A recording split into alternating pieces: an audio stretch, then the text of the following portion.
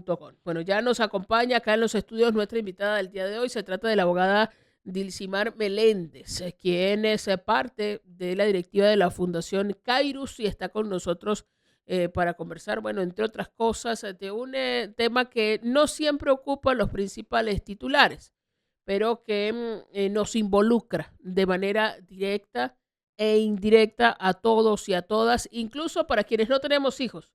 Se trata de derechos de niños, de niñas, de adolescentes en nuestro país, especialmente en esta semana en la que recordamos el tema por la celebración del Día Mundial contra el trabajo y la explotación infantil, la lucha por la erradicación de esta situación en el mundo. Cuando hablamos de esto, antes de entrar directamente en situaciones delicadas, difíciles, dramáticas que pueden estar viviendo nuestros niños, nuestras niñas, nuestros adolescentes, ¿qué derechos hay que poner sobre la mesa para empezar a hablar de estos temas que a veces se ignoran, no se miran, o se asume que todos los sabemos, los conocemos, los respetamos y los garantizamos, pero luego cuando vamos a revisar en el papel, en el rol diario, pues pareciese que no están así. Exacto. Por encima de todo está el derecho a la vida. Uh-huh. Nuestra Constitución de la República nos establece que el derecho a la vida a los niños como sujetos plenos de derecho. Y la Ley Orgánica para la Protección de Niños, Niñas y Adolescentes no escapa de ello. Establece que el derecho a la vida, el derecho a un nivel de vida adecuado, el derecho a la salud, el derecho a tener una integridad personal, inclusive el derecho a el amor, el trato dentro de la familia, del hogar y de la sociedad como respeto a la integridad del niño, niña, adolescente, donde los tratos deben ser basados en el amor. La crianza debe ser basada en el amor y no debe prevalecer la violencia, no debe prevalecer ni la física, ni la psíquica, ni la moral. Eso hay que poner sobre todo el derecho a la vida del niño y niña. ¿Quiénes tenemos responsabilidad en la procura, en la garantía, en la promoción de este y el resto de los derechos? Mira, la misma ley te establece la corresponsabilidad, el Estado, la familia y la sociedad. Si bien es cierto que nosotros dentro de la planificación para la procreación, cuando un niño es concebido, ¿verdad? Desde la planificación, desde el amor, y cuando no lo es así, también hay que poner, como lo dijiste tú, colocar sobre la mesa lo que es el interés superior, lo que es la prioridad absoluta. El Estado tiene la obligación indeclinable de, dentro de la política pública, establecer acciones que permitan llevar como punta de lanza el buen trato, el amor y la garantía de todos los derechos. La familia como la unión y la célula de la sociedad, del hogar, tiene la responsabilidad indeclinable, indivisible, intransferible de amar, de cuidar, de vigilar, de custodiar y de tener la crianza positiva de ese niño, de esa niña adolescente. Entre ellos comprende la educación y lo que estamos criando. O sea, ¿qué queremos nosotros construir? Y se basa desde ese hogar, desde esa familia, desde esa mamá, desde ese papá. Y por supuesto la sociedad. Lo que estamos haciendo hoy aquí, cómo sensibilizar de acuerdo a programas, a campañas, cuál es la milla extra. Yo siempre digo, nosotros estamos en una sociedad que cuando la pregunta que me hiciste antes de cuánto tiempo tenemos aquí, mira amiga, esto es una lucha y un espacio que se hace por la defensa y la garantía de los derechos humanos, pero en primacía de los derechos de los niños, niñas y adolescentes. Ahora, hablando particularmente de trabajo infantil, ¿esto se puede considerar, clasificar como un tipo de abuso? Por supuesto. Bueno, cuando no hay la garantía para que eso ocurra, sí. Porque la ley prevé el derecho a la protección en el trabajo, pero a veces confundimos lo que es la explotación. Y la explotación es cero, o sea, es un abuso desde todos los puntos de vista, explotación económica, lo que nosotros consideramos o vemos por allí, que no hay la garantía porque la ley considera cuáles son las condiciones o las restricciones para inclusive otorgar a través del Consejo de Protección de Niños, Niñas y Adolescentes una credencial. O inclusive, ¿A partir de qué edad eso es posible? ¿sabes que está previsto la edad mínima en Venezuela a partir de los 14 años? Pero hay algunas consideraciones, como por ejemplo, que el Consejo de Protección para algunas actividades que no menoscaben o que no violen los derechos, por ejemplo, a la educación y a la salud y que no sea nocivo. O sea, no Es decir, puede, no se vale dejar la escuela para ir a no se trabajar. vale dejar la escuela para ir a trabajar. Inclusive tienes unas horas para ello. O sea, no puede el Consejo de Protección otorgar un permiso para una credencial a un adolescente trabajador que, lo voy a decir con propiedad, que para que haga algún trabajo nocivo, ejemplo, como bombero, surtidor de... No, porque eso es nocivo a su salud.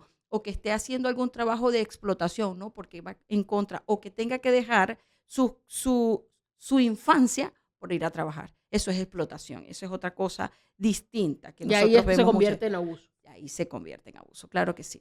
Ahora, en esas condiciones que hay que cuidar, que hay que crear, a veces nosotros nos familiarizamos con algunas situaciones y dejamos de verlo como abuso, incluso si hay quien se ofende, si se sugiere que pudiese existir, especialmente, por ejemplo, cuando hay negocios familiares, Ujú, donde se vuelve habitual que los hijos acompañan a los papás al espacio laboral ujú. y a la vuelta de la esquina, cuando empiezan a saber manejar algunos herramientas o algunos procesos, entonces terminan metidos de cabeza en la tienda, en la fábrica, en la carpintería, en los espacios, en el taller, en los espacios que se supone son para el trabajo. ¿Cómo distinguir una cosa de la otra? Fíjate, primero debe haber una armonía entre el trabajo y la educación, pero más allá de esa armonía debe haber una responsabilidad indeclinable de los deberes inherentes del ejercicio de la responsabilidad de crianza de ese papá y de esa mamá, que la prioridad ante el trabajo está la educación. Ujú. Entonces, cuando tú instas, intimas y ofreces que el camino es lo económico por percibir algo para resolver algo que no le corresponde al niño y al adolescente, le corresponde al adulto, entonces tú vas desvirtuando. Entonces, ¿cómo puedes, a través de una responsabilidad consciente de unos papás, consciente de unas mamás, que la prioridad del niño es estudiar y además ser feliz, vivir su infancia? Entonces, de acuerdo a cómo se constituye ese hogar, ese papá, esa mamá, esa familiar, debe tener presente que es responsable de lo que está criando, porque tú y yo sabemos que los niños y niñas, ayer decían, vienen, bueno, un profesor que quiero muchísimo, me decía, profesor de la especialidad, decía, los niños vienen 0 kilómetros, es verdad. El profesor Carlos Morales dice eso, y él dice que lo que tú vas alimentando para crear a través del amor, de la responsabilidad, del hábito y de la disciplina, es lo que tú vas a formar como un adulto y un joven feliz y responsable. Como en el caso de la violencia basada en género, la violencia contra la mujer, en los casos de abuso contra niños, niñas y adolescentes, suele haber un factor común, que es que generalmente quienes incurren en los abusos son los círculos de confianza, Ujú. los círculos cercanos, los que deberían garantizar precisamente la seguridad. ¿Cómo manejar los equilibrios en las relaciones, sobre todo a niveles de educación, para crear mecanismos de Ujú. defensa en seres que son vulnerables, que Claro. no tienen criterio para saber si este me quiere hacer daño o no, dependiendo de la edad, también para irle dando herramientas para que sean capaces de alertar, de denunciar, de advertir que están viviendo alguna situación que pudiese estar poniendo en riesgo su seguridad? Mira, por lo general, muy, muy, muy, muy, muy cerca de lo que es un abuso, está un familiar, está el círculo más cercano a un abuso, está en el entorno. Diferenciar o por miedos o callar o ser silentes ante un abuso sexual o ante un abuso cercano, siempre, por lo general, está una familia, una mujer con alguna dependencia económica, con algunas dependencias que no se atreve por miedos, siempre es víctima, sobrevivientes, inclusive en el proteger a su familia, ella se hace víctima de muchos y constantes abusos. ¿Cómo podemos diferenciar eso? Hay que salir del círculo, hay que atreverse a denunciar, hay que acudir a las instituciones.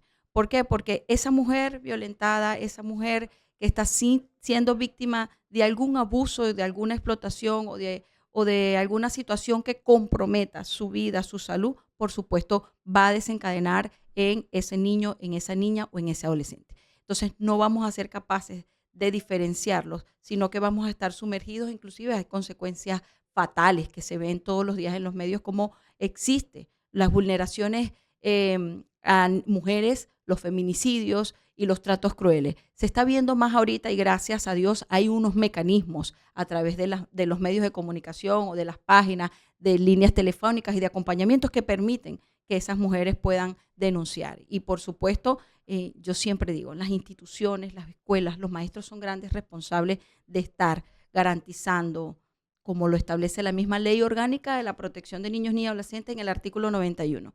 Si usted es educador y si usted ve una situación donde hay un niño, niña, adolescente violentado, o que hay alguna situación que comprometa al niño porque usted lo ve todos los días y algo está pasando en un día, su deber es denunciar una situación ante el Consejo de Protección del Niño, Niña y Adolescente, porque es su deber. Está obligado como docente. Y como sociedad también no podemos ser silentes ante tantas situaciones. Entonces mi llamado también es a eso, a que los docentes, a que los que tienen contacto con niños, niñas y adolescentes a diario puedan percibir qué está ocurriendo, pero que también más allá no sean silentes, sino que denuncien las situaciones porque podemos salvar una vida. En eso de formar, decíamos, hay más actores, más allá de la familia, incluidas a la escuela. Y yo dejaba un tema pendiente, que es cómo entra el elemento cultural y educativo en abrir, en ampliar las posibilidades de abuso o en reducirlas. ¿Cuáles son los roles que toca a cada uno para tratar de darle a nuestros chamos desde desde los primeros pasos, desde la primera edad, herramientas para que desde lo que les toca, porque no son responsables de su seguridad, directamente, herramientas para que puedan ser capaces de defenderse, de alertar, de advertir tempranamente cuando haya alguna situación que podría terminar en abuso? Bueno, esa pregunta es tan interesante que podríamos durar unos 5 programas aquí hablando de eso, pero sí. La familia debe crear mecanismos de defensa y no naturalizar ni obligar, mucho menos imponer lo que puede ser la diferencia entre lo que puede ser un abuso o lo que puede ser alguna amenaza. Cuando decimos a los niños, tú en el corte hablabas y lo traigo aquí porque me parece interesantísimo. Dale un beso a tu tío, saluda a tu tío y dale un abrazo. Y a veces los niños rechazan esas cosas y el adulto, no es consciente de saber que lo que estamos sembrando allí, que lo que estamos creando Cuando allí, le quizás obligamos. cuando obligamos, pues entonces podemos ser nosotros también muy responsables con las Ujú. acciones que hacemos y con lo que decimos. em, Somos culpables y responsables de que el niño no pueda diferenciar si otro te besa, porque mi mamá me obliga, porque es natural que me bese el tío, que me dé un abrazo. Entonces, ¿cómo despertar a temprano y poder generar alarma? Todos somos responsables. Yo soy de las que dice que un derecho violado no se negocia, un trato cruel no se negocia, un castigo no se negocia. Hay maneras de corregir basados en el amor y basados en el respeto. No podemos ridiculizar, ni humillar, ni vejar, ni siquiera, em, a veces hasta las comparaciones. Podemos causar nosotros entre nuestros niños, niñas y adolescentes situaciones que lo afecten emocionalmente y no ser capaces. Pero los responsables de manera directa es la familia, el entorno familiar y, por supuesto, la escuela. Yo siempre digo que los La docentes maestra no puede estar tolerando cosas porque les N- parezcan pequeñas. no puede, porque lo que pudiera quizás es la punta del iceberg, que la maestra vio algo allí, no, hoy Carlitos le dio un reglazo al otro, ¿no? Capaz es un niño que está siendo víctima y está explorando, está manifestando a través de esa acción que está siendo maltratado, porque tú no haces si no te hacen, y mucho menos a esa edad. Siempre hay que creer. Y ellos no son culpables. Nosotros, como lo dije anteriormente, nosotros a los niños y niñas debemos, a través de una disciplina amorosa y a través de una comprensión mutua, hay que entender. Los niños y las niñas, y con la situación de incluso ahorita no, y siempre el autismo, cómo nosotros podemos diferenciar las Ujú. conductas, cómo un docente puede comprender que hay un niño agresivo, hiperactivo, con algún déficit de atención, con alguna necesidad, con alguna situación, y cómo hay otro niño que está a la distancia, que no habla y de repente era el más extrovertido. Esas señales nos obligan. Y lo digo así, que el artículo 91 de la Ley Orgánica para la Protección de Niños, Niñas y Adolescentes te obliga como docentes, como representantes, los que trabajan en centros de salud, en planteles, o sea, los que tenemos acción, contacto directo con los niños y adolescentes. ¿Dónde deben acudir? Al sistema de protección de niños y adolescentes, a las defensorías de niños, niñas y adolescentes, mira, a la policía. Nosotros inclusive hemos tenido casos desde la fundación que orientamos. Cuando vamos a dar esas charlas, la gente nos pregunta, ¿cómo hago? Porque yo estoy siendo víctima de eso. ¿Qué hago? ¿Dónde acudo? Pero tengo miedo. Entonces, ese acompañamiento para que esas situaciones se den, y el Ministerio Público está siendo radical con estas situaciones, no se negocia, se está imputando y se está procesando, y el Consejo de Protección también. Ahí escuchaban ustedes entonces a Dilcimar Meléndez, a quien agradezco que nos haya acompañado esta mañana. No hemos terminado con el tema ni con el programa. También queremos conversar con Luis Jiménez, que también es parte de esta fundación y hace acompañamiento, por supuesto, a estos temas. A propósito de que mañana se conmemora el Día de la lucha contra la explotación infantil, en Maracaibo hay una cosa que es común, que quizás hemos normalizado demasiado, y es la presencia de niños trabajadores en los semáforos. Sobre todo lo que se ha popularizado mucho, los limpia parabrisas. Como sociedad, que a veces vamos en nuestros vehículos y nos limitamos a decirle si sí o si no nos limpian a nosotros el vidrio, y si le damos o no le damos algo. ¿Cuál es nuestra responsabilidad? Además de pasar de largo, ¿qué nos toca cuando esta u otras situaciones? Porque si vamos al centro de la ciudad podemos ver otro tipo de cosas mucho más delicadas, bueno, no sé si más delicadas o no, o igual de delicadas, pero que ponen en evidencia que hay esquemas de explotación infantil que conviven con nosotros en la ciudad.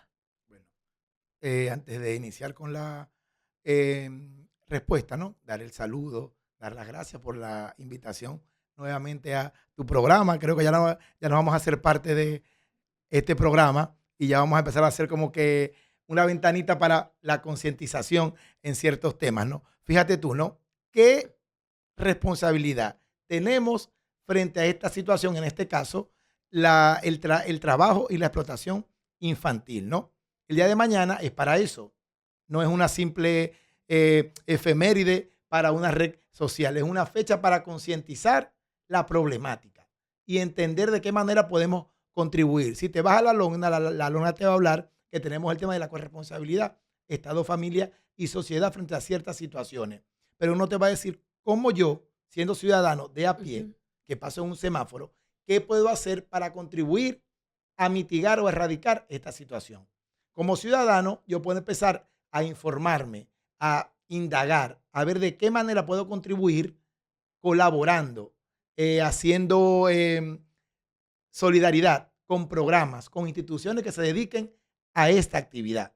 ¿Por qué? Porque es una actividad muy específica. Los programas para erradicación, para tratamiento de trabajo y explotación infantil son puntuales y tienen un diseño específico establecido en la ley para no causar acciones con daño, ¿no? ¿Qué quiere decir esto?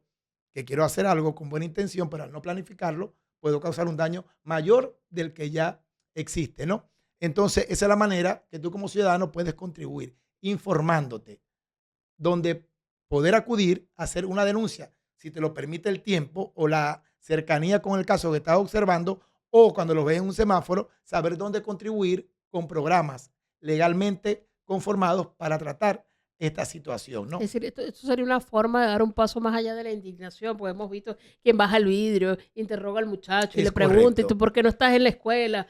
Más allá de ese momento que nos mueve la fibra, hay otras maneras de involucrar. Por supuesto, mira, es correcto, mira, porque hay que superar el tema de la visión de caridad, que no es mala en sí, pero cuando tú trabajas desde la caridad, solamente te dedicas a poner una bandita. Es como un tratamiento sintomático. Sintomático. Yo te atiendo el dolor, paro el dolor, pero no observo qué está causando el dolor, ¿no? Cuando tú lo ves desde el enfoque de derechos, ya el espectro se amplía y te dice, epa, no es que voy a atender hoy con dejarlo limpiar el vidrio o con comprarle la cena o el almuerzo y entregárselo. Eso es una actividad de solidaridad, es caridad. Pero cuando tú lo ves desde el enfoque de derechos, tú debes decir, ¿qué hago yo más allá de la indignación? ¿Qué puedo aportar como sociedad? ¿Qué puede aportar como ciudadano? ¿Cómo puedes aportar? Atendiendo a fundaciones, organizaciones civiles y fines de lucro que se dediquen al trabajo con niños, niñas y adolescentes, específicamente en este caso, para prevenir y tratar el trabajo y sobre todo la explotación infantil. Desde la Fundación Kairos, ¿qué posibilidades hay de acompañamiento a este u otro tipo de situaciones de abuso? Por si la gente quiere sumarse, quiere saber, quiere conocer, ¿cómo puede involucrarse? Bueno, realmente desde la Fundación Kairos venimos haciendo un trabajo real de diagnóstico. ¿Por qué de diagnóstico? Porque tú por percepción sabes lo que está pasando en las calles, sabes lo que está ocurriendo en las comunidades, pero antes de hacer un abordaje, tú tienes que hacer diagnóstico, tienes que hacer sensibilizaciones, capacitaciones a personal significativo que trabaje con niños, niñas y adolescentes. Kairos está en esta fase.